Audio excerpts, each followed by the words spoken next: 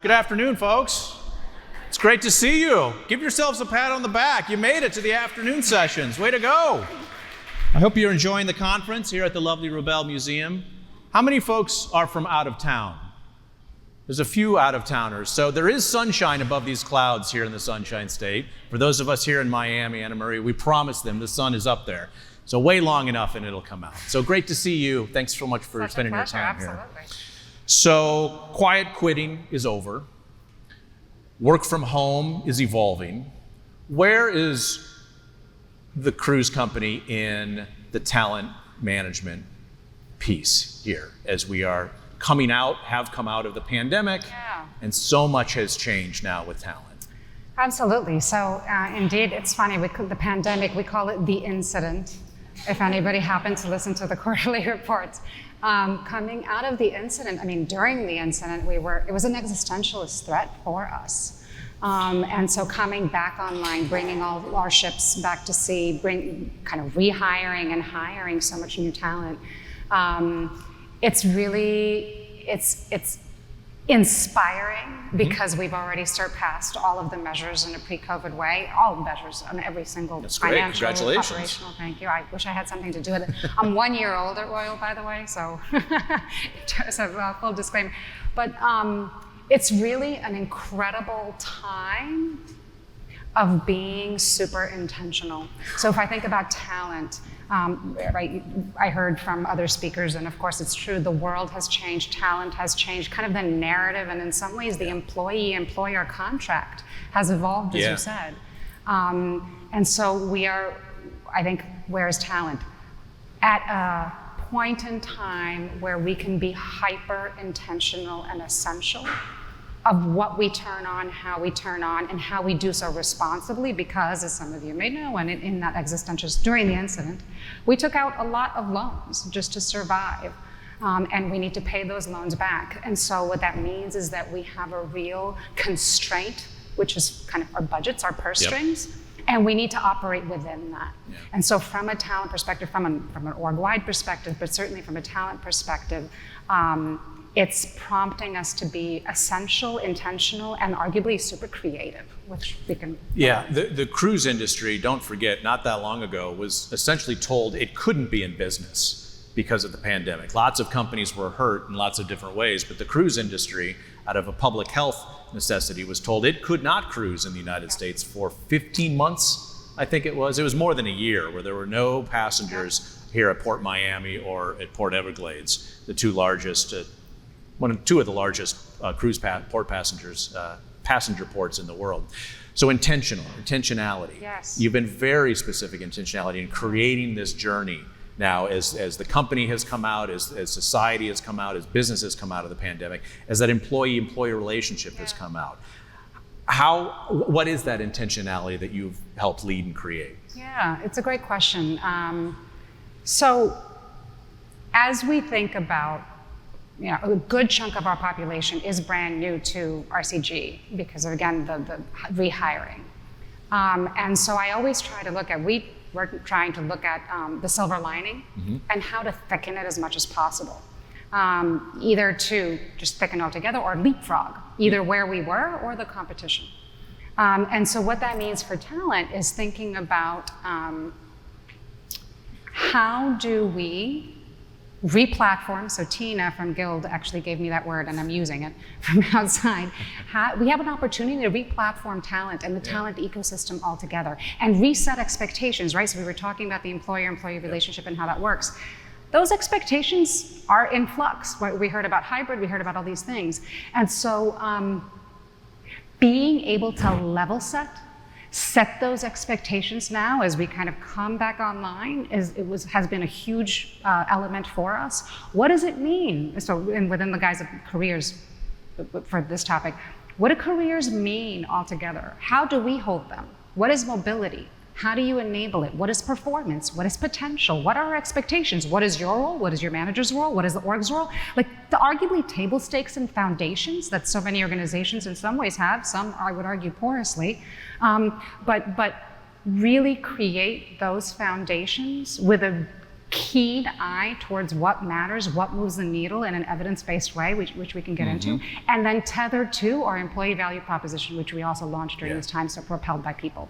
And so what does that mean? How does it play out in this re-platform talent ecosystem is kind of where that intentionality comes in. Where did you start for that journey? I love that question. We started where the employee is. So we've heard so many other times in terms of meeting people where they are, meeting the organization where it is. And from prior roles that I've held, that was just something that was just so very front and center for me and for us. And so one of the things that we learned, we have pulse surveys, like you have employee engagement surveys, and the foremost, actually, may I ask them a question? Is that okay? Of course. I'm kind of used to interactive.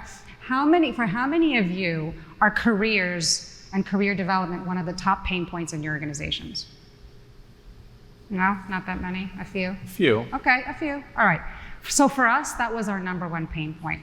Across the board, actually all of our metrics of engagement and development, all those things were actually quite good. Careers stood out as a significant pain point. Career development, what is in it for me? How am I arguably tied to purpose? And so we started where the employees were and thought, okay, this is the big elephant in the room, not quite elephant because everybody sees it. We want to hug the elephant, kiss the elephant, kind of embrace and name the elephant, and let's use that as the re-platforming vehicle almost, like as that channel, as that delivery mechanism for all of this expectation setting and development and all of the different elements within talent. And how do we enable and empower employees to align to and make true our value proposition so that it's not just words on a page and some kinds of values out there, but they really live and breathe. Right. And so that's where we started. And so take us down through that journey. How did that manifest itself in this re-platform, as we borrow that word? Thank you. So once we decided that was going to be the delivery mechanism, and I believe, and as I've heard even Lauren talk about how really the porosity of learning and training and L&D, I would argue that all of the elements within the talent ecosystem are integrated, right? Like there's not one, and that's exactly the threat, is that they're otherwise siloed and everybody operates on their own and does the activities, and where and how do they get integrated? And so since we deeply believe that they're all one conversation, we designed, so back to experience design and designing for learning and experience, we designed this journey. We don't even like to call it a program because it's not. We designed a journey of 5 destinations.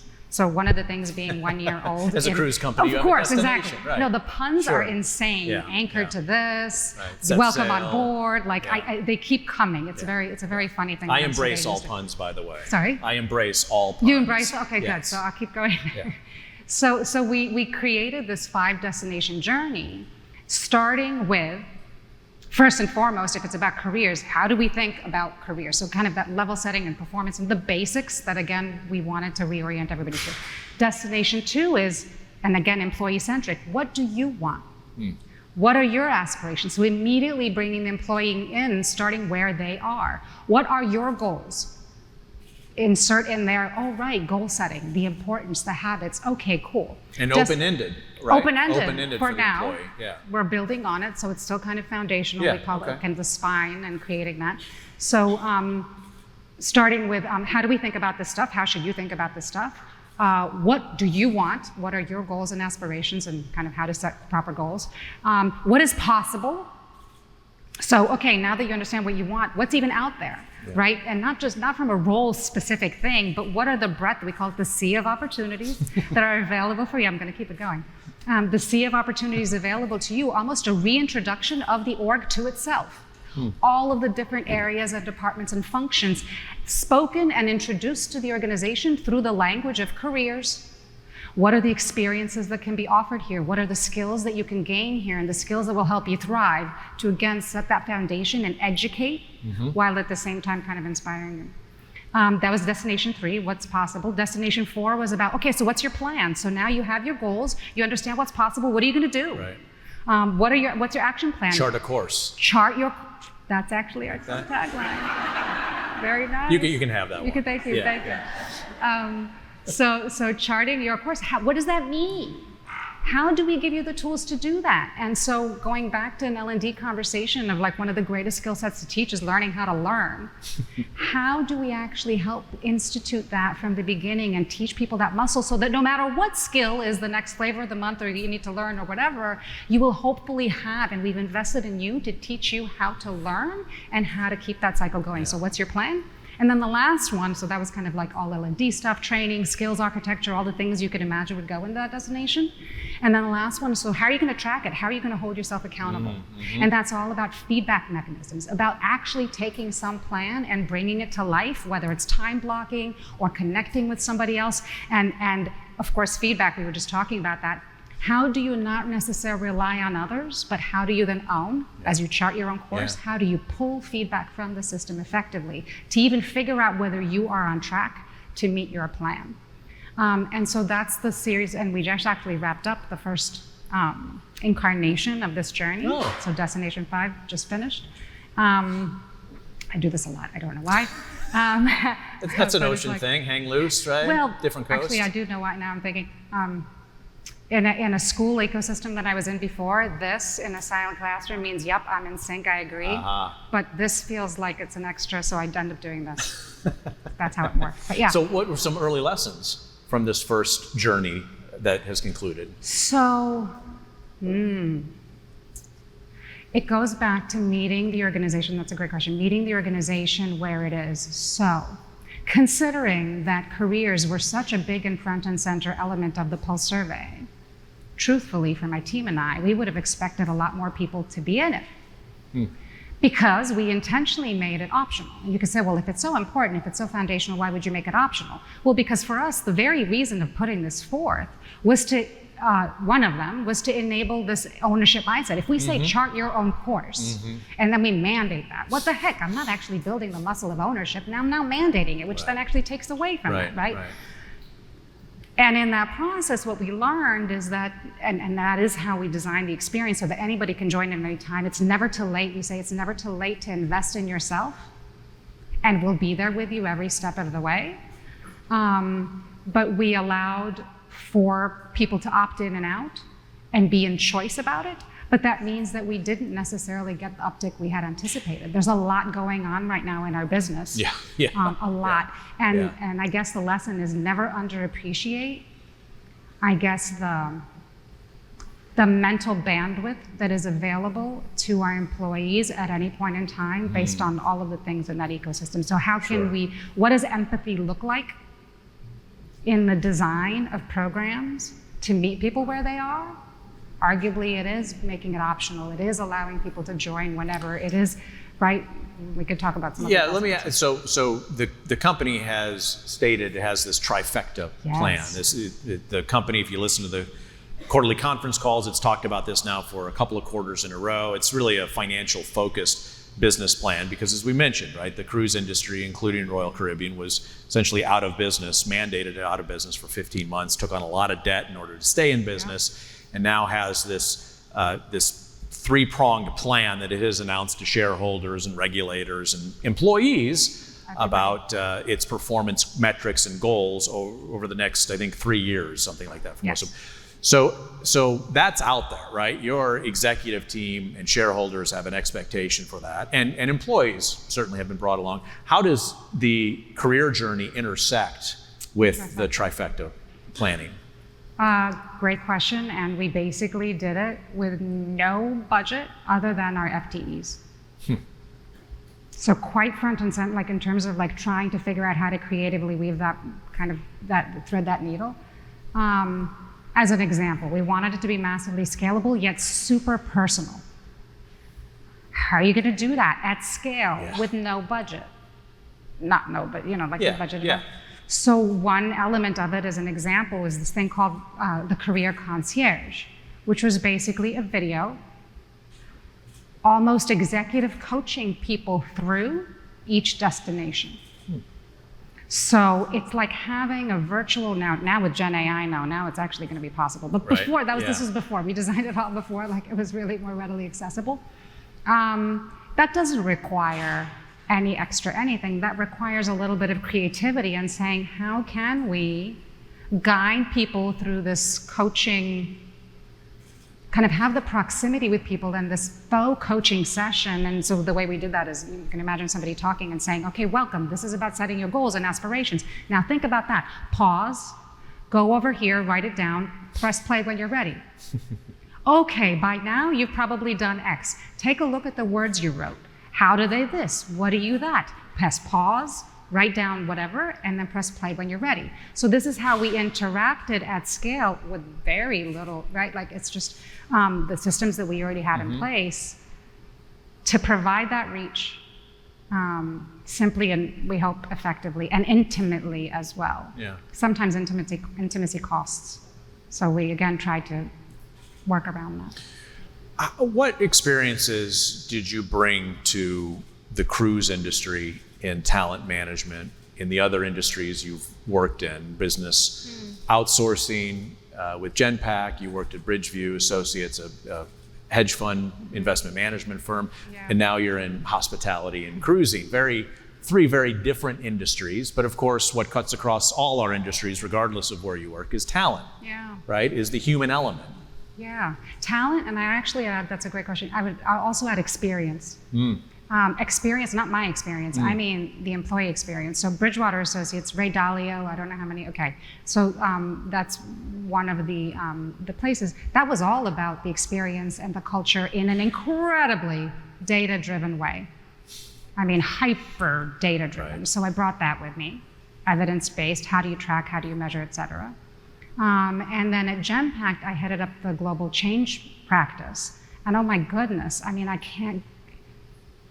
everything is about understanding how to move hearts and minds, how to move. Even that's a little bit arrogant, arguably, and how that data is not moving.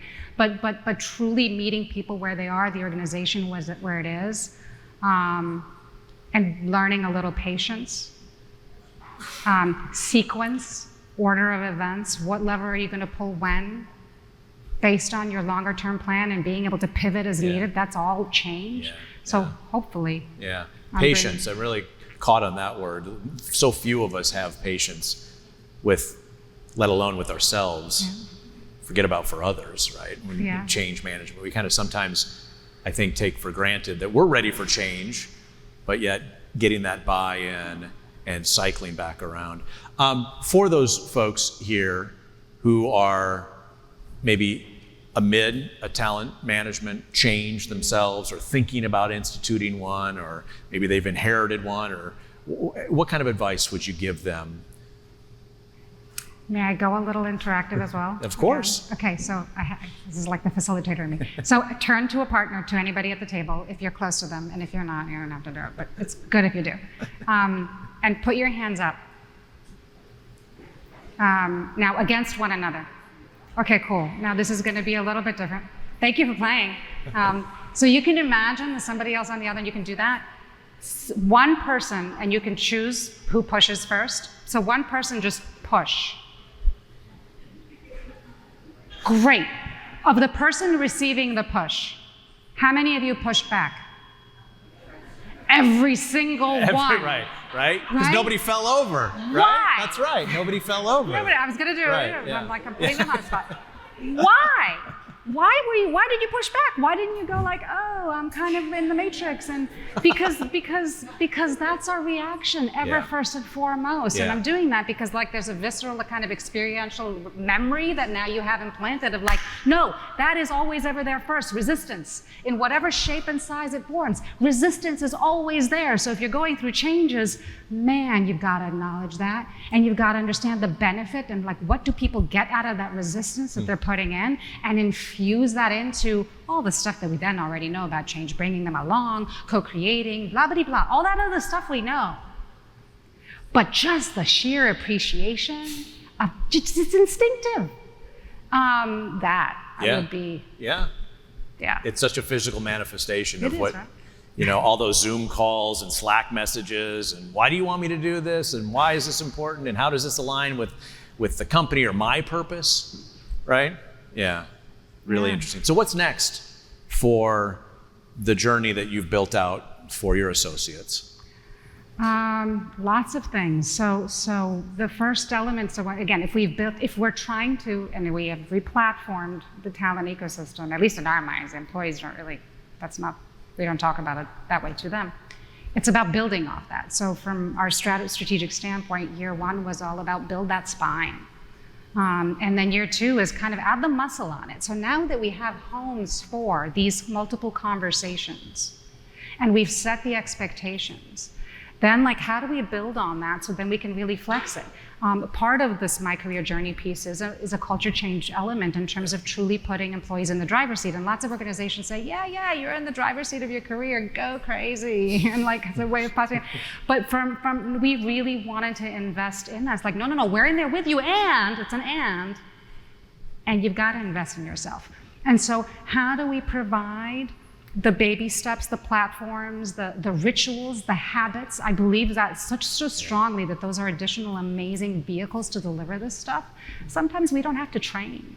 I don't want to, like Lauren before, I don't know, training. Yes, there's a space for that, but not in this broader conversation. Yeah, it's bigger than that. It's so much bigger than that. Yeah.